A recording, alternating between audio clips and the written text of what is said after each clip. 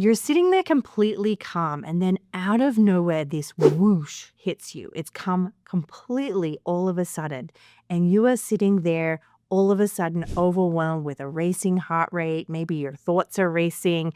Maybe you feel like you're completely in a freeze state. Maybe you're feeling dizzy. Something is definitely wrong. This is the definition of you having a panic attack. But here is what nobody is telling you. This panic attack didn't just come out of nowhere. There have been hidden triggers firing below the surface that you didn't even know about. And today I'm going to help you understand what exactly those triggers are and what you can do to manage them. Hello, my name is Kimberly Quinlan. I am an anxiety specialist, and I am on a mission to help equip 10 million people. Yes, I know, 10 million people, that's a lot of people.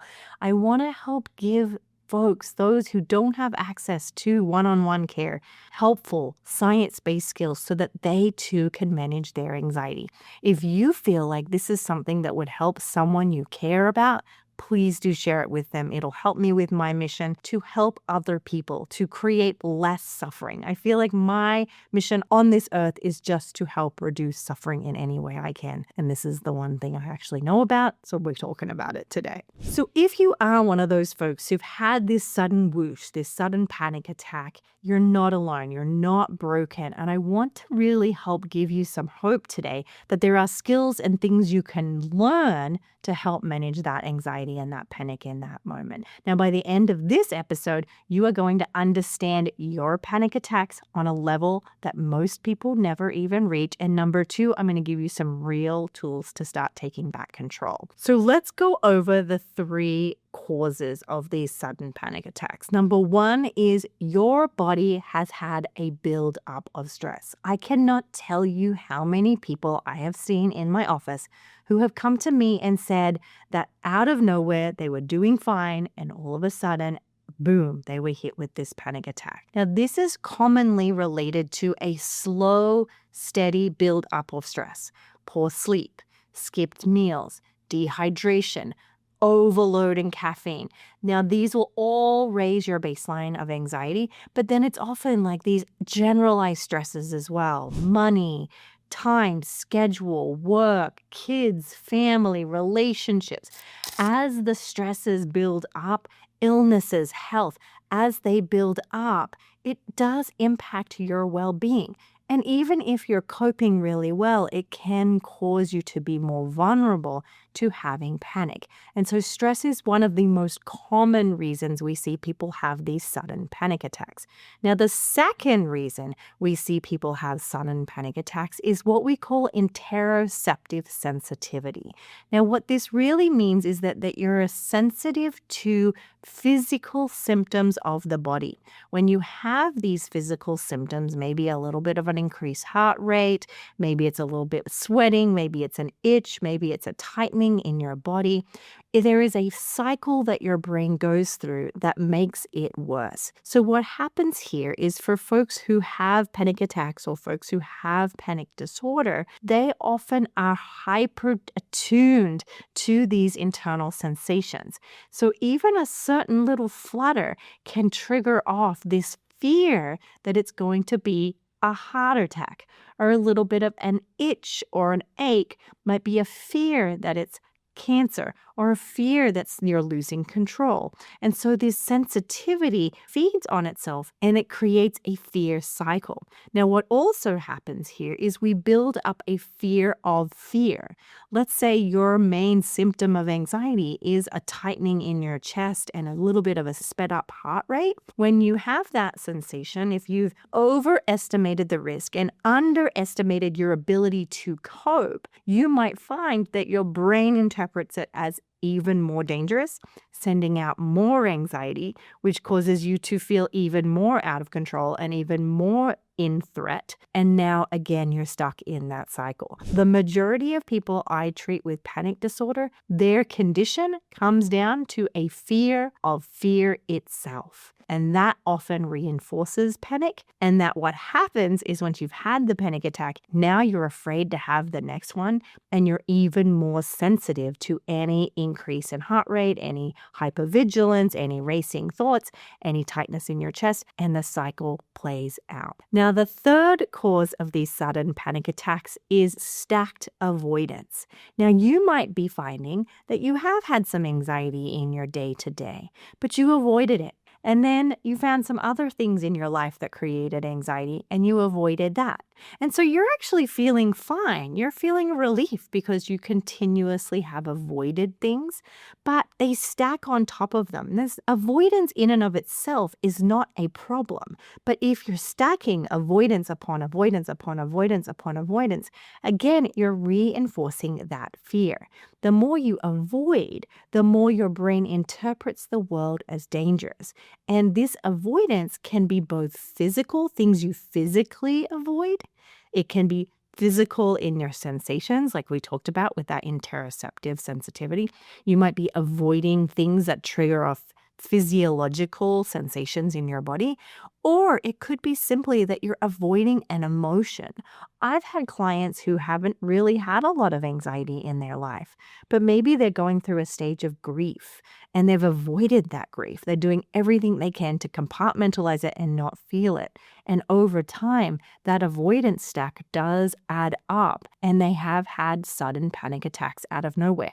Or maybe they're having nocturnal panic attacks in that they're fine during the day, but they're waking up back to back with sudden whooshes of anxiety, panic sensations, panic symptoms, and it's causing them to stay awake and they're having many, many of these nocturnal panic attacks. This is often because of stacked avoidance. Now, I also want to give you some strategies and some skills to help fix this. As we always talk about on Your Anxiety Toolkit, my goal is to give you as many evidence-based skills as I can. The first fix is to really look at your daily self-care. I want you to prioritize rest, nutrition, water, exercise, taking breaks, getting support, getting some sunlight, meditating if you can.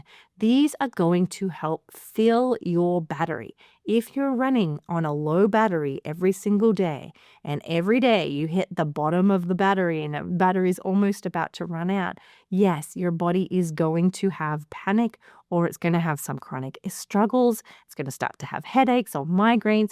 You're pushing yourself beyond the capacity of what our human brain can do. So daily self-care and stress management is going to be key because in many cases, we can't take the stressor away. Maybe you've got an ill child or a financial struggle or you've got a test coming up. We can't just avoid that or make it go away. We have to stay present to get done, but we can take care of ourselves as we do that. Now, fix number 2 is interoceptive exposure. Now, I'm going to do a whole video on this very soon and a whole episode on this, so stay tuned. But interoceptive exposure is where we on purpose expose ourselves to specific sensations that trigger us. If you find that when you have tightness in the chest, that causes you to sort of contract and not want to feel that feeling, we might on purpose gradually expose you to that physical symptom. We might wrap your chest with a lot of bandages so that it's nice and tight. What we want to do here is we want to unlearn what we have previously learned. We want to unlearn that it's dangerous to have a tight chest or to have a tingling in your stomach or butterflies in your stomach. We want to learn to have that sensation from a non-judgmental and a willing perspective. Now, fix number 3 is we want to then practice exposing you to the triggers that you have been avoiding. This could be people, places, things, or emotions or sensations. So some of this overlaps, right? Exposure to triggers, if it's a sensation, could be more of an interoceptive exposure. But if you've been avoiding your taxes, I have a lot of clients who will say, out of nowhere, whoosh of panic the other day, and I'll inquire, like, what's going on in your life? Like, how are you coping? Well, I'm very, very stressed. Problem number 1.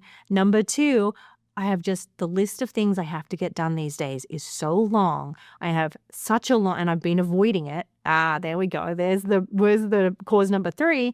And when they have the panic, they had that interoceptive trigger, that sensitivity. So we can see how often these might all play in together. Now, if you're wanting to go deeper into this, I teach all of this in Your Anxiety and Panic Toolkit. It is an online course that we have where I teach you exactly what I teach my clients when they have generalized anxiety or panic. Please go over to cbtschool.com to get access to that. It is a course that I love. It's got a workbook you'll work through with me from start to finish. That is there for you when you're ready to move on to that next deep dive. But in the meantime, I want to leave you with these 3 core things. Number 1, stress buildup is very important to keep an eye on.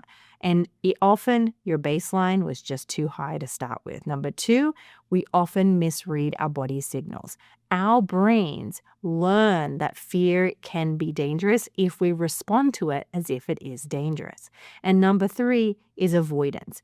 Do your best to not avoid things when you're anxious, whether that be physical things or emotional, internal things like sensations as well. Please keep an eye on these, but please be gentle along the way. Now, as always, thank you so much for being here. Please do share this. My mission to reduce suffering of human beings will depend on your ability to share this with folks who actually you feel genuinely it would help. So if you do have a friend or a loved one and you thought about, well, maybe that would be helpful for them, I would be so honored if you trusted me enough to share this with them. Because again, my goal is to help as many people as I can. I always think I'm not here to play. I'm here to actually make a difference. And so let's do this together. And I joke that it's kind of like chocolate. It's better when we share it. And so hopefully you'll feel comfortable doing that with me. As always, thank you so much for being here. You know I value your time. I know how valuable your time is. So thank you for being here. If you're listening on YouTube,